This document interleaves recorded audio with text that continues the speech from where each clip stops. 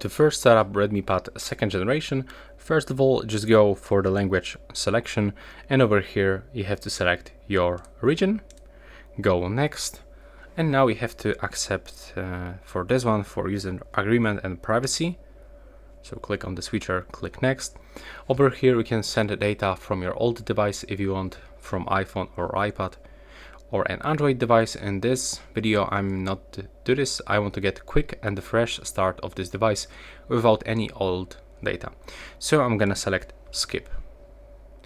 Now there's the time to connect to the Wi-Fi network, so you can simply click on the network and input password, but you can also go for the advanced options and change the MAC address if you want.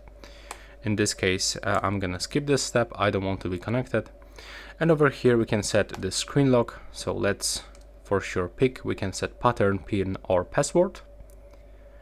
Now click get it after a few seconds.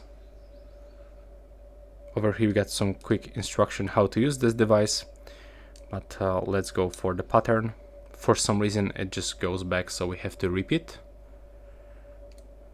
There we go. Now just input your password twice, the same one. Click confirm. Now just wait for the Google services.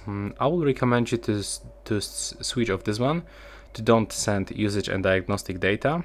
Also don't allow for scanning. You can stay with the location for some permissions. Click here, and I will actually unselect this one to don't send usage and diagnostic data. Turn off the user experience program. You can stay with the permissions. You can stay with automatic system updates and the location. You can click next.